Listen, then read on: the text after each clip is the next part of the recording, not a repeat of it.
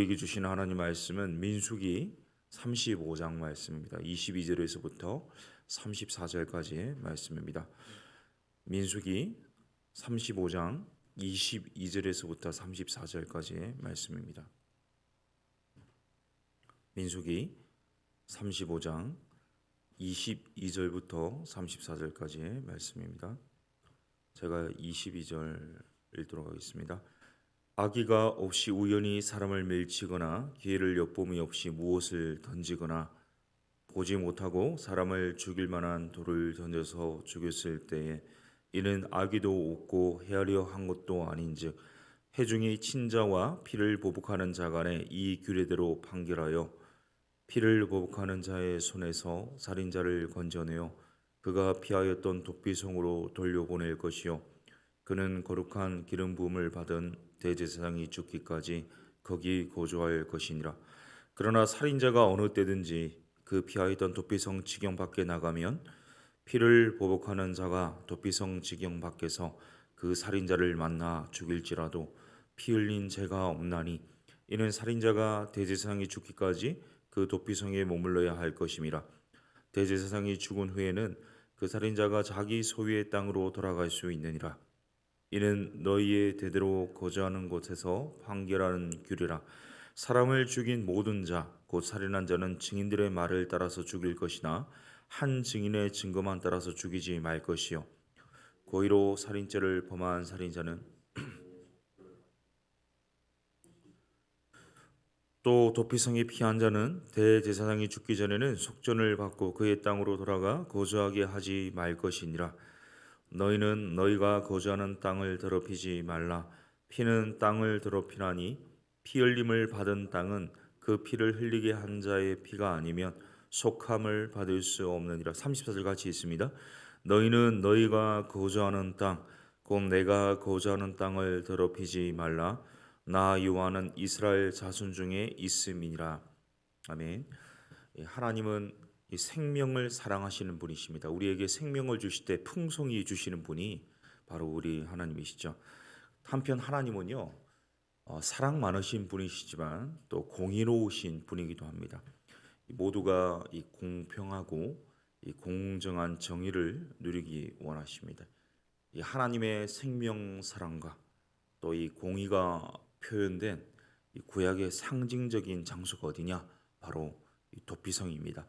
하나님은 레인들이 다른 지파들로부터 할당받은 48개의 성읍 중에서 요단 동편의 3개, 요단 서편의 3개, 6개의 성읍을 도피성으로 지정하게 하셨습니다. 이는 고의적이거나 계획적인 것이 아니라 실수로 살인한 자에 대해서 도피성으로 피하여서 생명을 보존하기 위한 이 하나님의 조치였습니다. 이 고대 중동에서는요, 다른 사람들에게 위해를 입힌 경우에는 이 동해 보복의 원리에 근거해서 복수하는 것이 일반적인 관습이었습니다. 이 동해 보복의 원리가 뭐냐? 영어로 이 탈리오 법칙이라고 하는데, 이 피해자가 입은 피해와 같은 정도의 이 손해를 이 가해자에게 가하는 보복을 말합니다. 우리가 익히 알고 있는 바벨로니아의 이 함무라비 왕의 함무라비 법전, 눈에는 눈, 이에는 이라는 규정이 바로 동해 보복의 이 원리였습니다. 이 문제는요, 이 계획이었든 우연이었든 이 살인에 의해 가족을 잃은 유족들에게 있어서는요, 이 살인자에게 복수와 살인을 하는 것, 이 동해 보복의 원리가 불가능한 것이었습니다. 왜냐하면 분명 이 살인자에 대한 감정이 더 상하거나 더 이 분노가 표출되어서 이 당한 것 이상으로 이 복수를 했으면 했지 당한 것만큼만 이 복수를 하는 것은 불가능하기 때문입니다. 이런 맥락에서 이 무분별한 복수와 살인을 저지를 위험을 방지하기 위해서 도피성 제도를 마련해서 실수로 이 타인을 죽인 사람으로 비신케 하여 생명을 보존케 하신 것, 이 생명을 사랑하고 올바른 공의를 행하고자 하시는 이 하나님의 의도였습니다. 이 생명을 보존케 하실 때에 이 하나님의 의도의 신뢰에 해당하는 이 조건이 성립되어야 했는데요. 오늘 22절, 23절 다시 한번 읽겠습니다. 시작.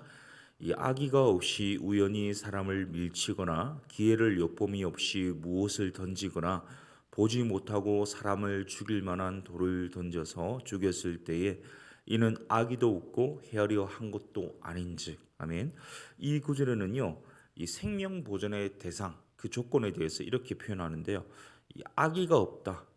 우연하게 또 기회를 엿봄이 없이 보지 못했기 때문에 또 악의도 없기 때문에 헤아려 한 것도 아니었기 때문에 이런 등등의 표현으로 인해서 이 고의성도 없었고 전혀 계획한 것도 없었고 일종의 불운한 사건의 살인자라는 조건이 있어야 한다는 것을 강조하고 있습니다. 24절 25절을 제가 읽습니다. 해중이 친자와 피를 보복한 자 간에 이 규례대로 판결하여 피를 보복하는 자의 손에서 살인자를 건져내어 그가 폐하였던 도피성으로 돌려보낼 것이요 그는 거룩한 기름 부음을 받은 대제사장이 죽기까지 거기 거주할 것이니라. 아멘. 이런 고의성이 없는 살인자에 대해서는요, 이 살인자와 보복자는 아무래도 이 죽임을 당한 사람들의 이 가까운 친족 중에 있었을 것입니다. 이 보복자 사이에서 이 해중이 판결토록 했습니다. 그래서 이 고의성이 발견되지 않았을 경우에는 이 살인자가 도피성으로 가서 대제사장이 죽기까지 살 수 있도록 생명 보존을 허락해 주셨습니다. 그런데 이 대목에서 우리가 이런 의문을 제기할 수 있지 않습니까? 이, 이 억울한 살인자를 살리시고 그의 생명 보존을 해주시는 것은 하나님의 사랑이면 분명한데 하나님께서 이 사랑의 강조점을 둔 나머지 이 살인자를 심판하시는 공의를 유보하시는 것은 이 사고를 당한 당사자의 유족들에게 너무 가혹한 일이 아닌가 하는 것입니다. 사실 죽임을 당한 분과 그 가족들만 불쌍하고 억울한 일이지 않겠습니까? 31절을 보십시오.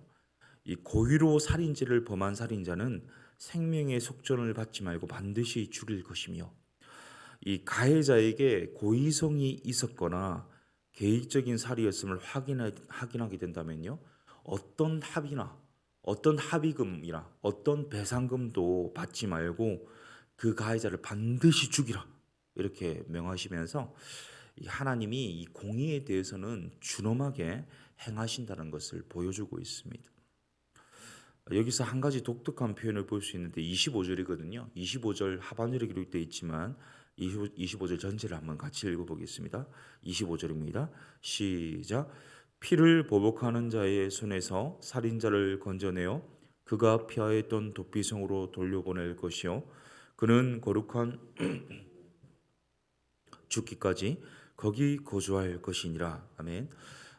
앞서도 언급드린 것처럼 살인자의 고의성이 없었음을 확인한다면 도피성으로 보내어 생명을 보존하게 하셨지 않습니까?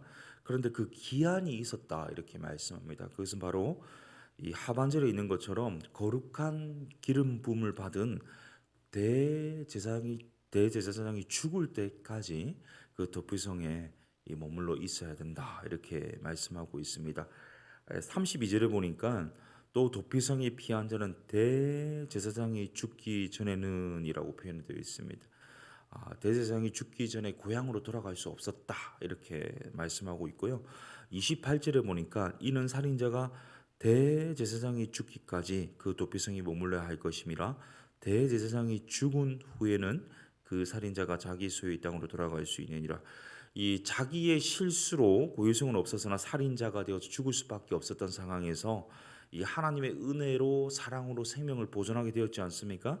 그렇지만 이 사람이라는 것이요, 이 화장실 들어가기 전과 나온 후가 다릅니다. 또 이 물에서 건져달라고 소리치며 절규하다가 건짐을 받고 나면 내 보찜 어디 있느냐 내놓으라 하는 것이 사람입니다. 이 하나님의 은혜와 사랑으로 도피성에 살게 된 것에 대한 감사함은요, 시간이 지나면서 가족들과 고향에 대한 그리움 때문에 이 무게추가 옮겨집니다. 그래서 가족과 고향에 대한 갈망이 도피성에 머물라 이런 율법의 강조보다 클 수 있다는 사실입니다. 그럼에도 살인자는요 도피성에 떠나서는 안 되었습니다. 왜냐하면 26절 27절 때문인데 같이 읽겠습니다. 시작.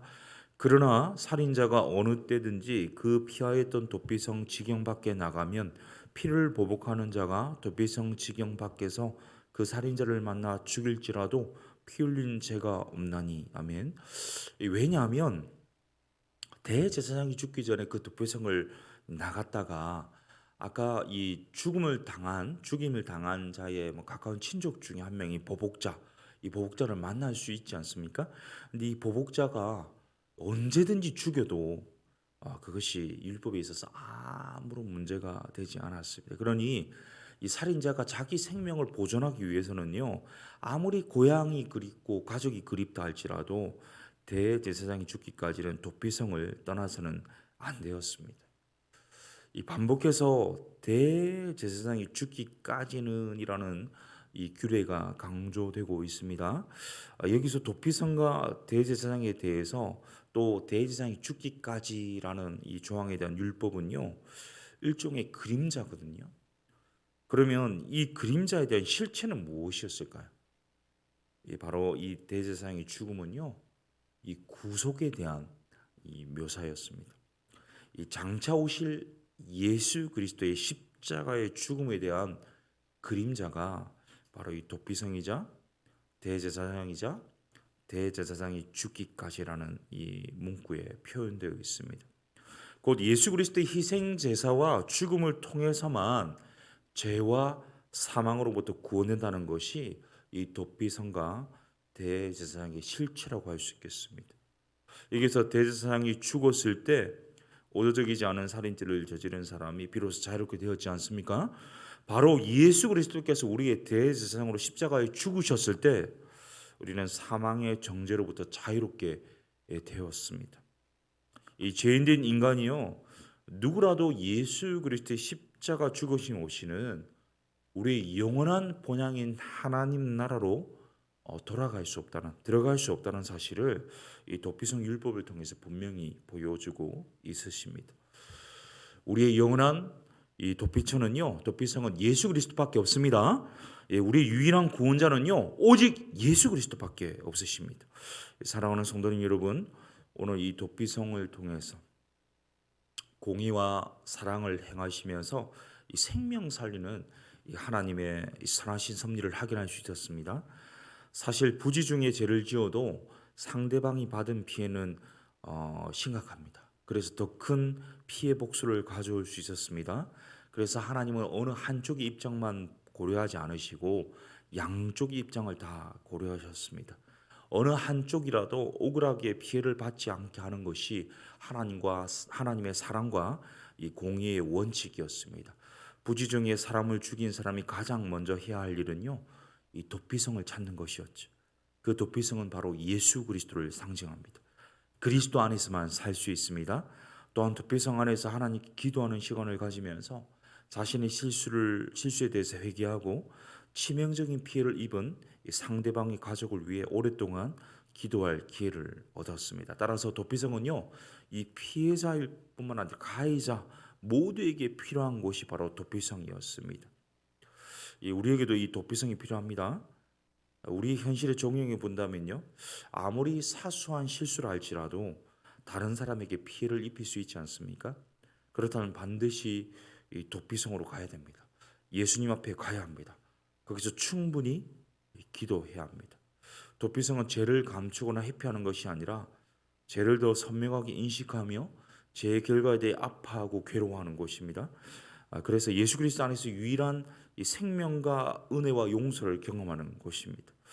오직 예수 그리스도 십자가 아래에서 내 죄를 회개하고 다른 사람에게 위해를 입힌 것에 대해서 하나님 앞에서 철저하게 절박하게 통회함으로 자복함으로 자신의 죄를 직면하는 그런 기도의 도피성으로 삼고 유일한 피난처 되시는 예수 그리스도 안에서 대속적인 은총과 영원한 생명을 누리는 날마다 이 도피성을 찾고 그리스도 십자가 앞에서 우리의 삶을 반추해보는 우리의 남은 삶이 될 수 있기를 예수님의 이름으로 축복합니다. 우리 한번 말씀을 놓고 기도하기를 원하는데요. 하나님의 공의와 이 사랑의 이 도피성, 또 신약에서는 바로 이것이 예수 그리스도의 십자가로 나타났는데 나의 일상에는 얼마나 이 하나님의 공의와 사랑이 이루어지고 있는지를 돌아봤으면 좋겠습니다. 사랑하되 정의롭고 이 공정하되 사랑을 놓치지 않는 영적 균형이 우리에게 필요합니다. 이러한 사랑과 공의를 균형 있게 이루는 십자가의 사랑을 실천할 수 있도록 도와주십시오. 한번 기도했으면 좋겠고요. 덧붙여 기도하기를 원하는 것은 유일한 도피성 되시는 예수 그리스도 안에서 이 날마다 때마다 순간마다 엎드리며 기도하는 그런 기도의 삶이 필요하겠습니다. 부지불식간에 다른 사람에게 말로 행동으로 어려움을 주지는 않았는지를 돌아볼 계기, 또 새로운 회개와 자복과 또 새로운 결단의 묵상의 삶이 있도록 하나님 도피성 앞으로 우리가 날마다 갈 수 있도록 인도하여 주시옵소서. 오늘 말씀을 기억하면서 한번 우리 자신을 반추하며 결단함으로 이 시간 기도하겠습니다. 살아계신 하나님 아버지, 이 하나님의 사랑과 공의가 십자가에서 이루어졌습니다. 도피성에서 표현되었습니다. 하나님, 이 사람을 살리고 생명을 존중히 여기는 이 사랑에 집착한 나머지 이 공의를 놓치지는 않았는지 돌아봅니다. 또는 공의를 너무 행하는 가운데 이 사랑을 잃어버리지는 않았는지 돌아보게 됩니다. 이런 영적인 균형 감각을 잃지 않도록 나의 중심과 생각을 붙잡아 주시옵소서. 주님의 사랑과 공의가 아니었다면 이 자리에 있을 수 없다는 사실을 기억하고 주님의 사랑을 놓치지 않되 주님의 공의를 선포하고 또 주님의 공의를 이루되 주님의 사랑을 놓치지 않는 십자가의 사랑이 내 삶 가운데 이루어지게 하여 주시옵소서. 하나님, 나도 모르게 예기치 않았지만 계획하지 않았지만 실수로 우리 주변 사람들에게 말이나 행동으로 위해를 가하지 않았는지 돌아보게 됩니다. 나에게 십자가가 필요합니다. 도피성이 필요합니다. 십자가 앞에서 날마다 엎드립니다. 때마다 엎드립니다. 나를 돌아보겠습니다. 하나님, 나로서는 정말 내가 잘못했는지 알 수 없으나 십자가 앞에서만 내 죄를 직면하게 됩니다. 십자가 앞에서 철저하게 내 모든 연약함들, 나의 모든 제약된 실수들을 반추하며 그 죄에 직면함으로 철저하게 회개하고 자복함으로 주님의 사랑과 용서와 주님의 새로운 기회를 부여받는 은혜를 누리게 하여 주시옵소서. 날마다 때마다 주 예수 그리스도의 십자가 앞에 나가기를 소원합니다. 십자가 앞에서 용서함 받고 새 힘을 얻고 소망을 얻을 수 있도록 주님 도와 주시옵소서. 우리 또 한번 교회를 위해서 기도하기를 원합니다. 우리 교회를 위해서 기도할 때에 세워진 리더들을 위해서 기도해 주십시오. 담임 목사님과 교육자들과 운영위원들, 순장들, 중직자들, 직원들 한 분 한 분 이 성령의 충만함 주시고, 우리 리더들도 얼마나 실수할 일이 많은지 모르겠습니다. 리더들이 날마다 도피성 아래서 죄를 직면하고 철저하게 결단함으로 이 거룩한 이 날마다의 결단으로 하나님 앞에서 기쁨으로 또 순종함으로 앞장서서 섬길 수 있도록 도와주십시오. 우리 리더들을 위해서 기도했으면 좋겠고, 이 어저께 우리 수요 기도회 때 담임 목사님이 또 말씀해 주셨지만 5월 필사가 가정과 함께하는 필사가 진행되고 있습니다. 이 마지막까지 우리 이 필사를 통해서 이 가정이 치유되고 회복되고 이 말씀 안에서 이 믿음의 유산이 전수되고 또 우리 가정 가운데 아직도 예수님 알지 못하는 분들이 이 말씀을 통해서 주님께로 나오는 계기가 될 수 있도록 가정의 복음화를 이루어 주시도록 우리 이 가정 필사를 위해서 기도했으면 좋겠고, 이 긴급 기도가 있습니다. 우리 교회에 구체적으로 밝힐 수는 없지만 20개월 된 박지유라는 어린이가 있는데 이 기관지염으로 항생제 복용이 계속되고 있다고 합니다. 원인을 찾지 못하고 있고 지난 주말부터 계속해서 고열에 시달리고 있다고 합니다. 또 소변 배양 검사 결과를 기다리고 있다고 합니다.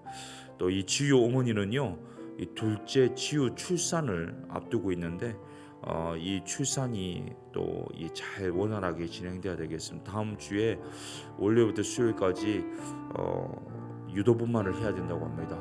너무 둘째가 크다고 합니다. 또 이 지유 외할머니가 항암 치료 중에 있다고 합니다. 우리 이 지유가 열이 내리고 그 원인이 정확하게 또 찾아져서 그 진단과 결과가 적절하게 이루어질 수 있도록 기도했으면 좋겠고, 또 지유 동생이 잘 순산될 수 있도록 또 우리 지유 외할머니가 치유되도록 우리 지유 가정을 놓고 우리 리더들을 놓고 또 우리 잠언 필사를 위해서 우리 믿음의 가정들 될 수 있도록 한번 합심하여 기도한 후에 개인 기도하고 돌아가도록 하겠습니다. 기도하겠습니다. 살아계신 하나님 아버지, 우리 리더들을 위해서 기도합니다. 담임 목사님과 교육자들 또 모든 중직자들, 운영위원들, 순장들, 직원들 한 분 한 분 성령에 충만해 주시고 육신의 강건함 주시고 날마다 주님 앞에 나아가서 깨끗함을 얻고 거룩함을 얻고 순전함으로 기뻐함으로 하나님 앞장서서 섬기고 헌신할 수 있는 결단을 허락하여 주시고 이 가정과 함께하는 5월 필사를 통해서 이 잠언을 통해서 한 말씀 안에서 우리가 함께 믿음의 전수가 일어나고 이 가정의 복음화가 이루어지기를 간절히 소원합니다. 말씀으로 치유되고 회복되는 그런 가정이 되게 하여 주옵소서. 말씀으로 하나 되는 그런 가정이 될 수 있도록 도와주시옵소서. 이 시간 이 치유 가정을 위해서 기도합니다. 치유가 고혈에 시달리고 있습니다. 하나님, 어떻게 이 정확한 병명이 나오지 않고 있는데 하나님, 여호와라파 하나님 치료하는 강선을 바라여 주옵소서. 이 가정의 회복과 치유를 허락하여 주시옵소서. 열이 멈추게 하여 주시고 하나님 회복이 일어나게 하여 주시고 정확한 병명과 진단과 처방이 이루어질 수 있도록 주님께서 도우시고 역사하여 주시옵소서. 지유 동생 유도분만을 하게 됩니다. 모든 가정 가운데 온전한 하나님의 간섭하심과 섭리가 있기를 소원합니다. 이 온전히 순순할 수 있도록 주님 산모와 태아를 지켜주시고 인도하여 주옵시고 우리 지유 외할머니 이 항암 치료 가운데도 하나님께서 간섭하여 주셔서 하나님 치료하는 강선을 바라여 주시고 회복을 허락하여 주시옵소서. 그래서 이 가정이 하나님의 치유의 손길로 말미암아 온전히 나음을 입고 회복을 경험할 수 있도록 주님께서 도우시고 역사하여 주옵소서. 이 아침에 우리가 드리는 간구와 부르짖음과 이 씨름에도 예면하지 마시고 신실하게 성실하게 응답하여 주시옵소서. 주님 구합니다. 기도합니다. 신뢰합니다.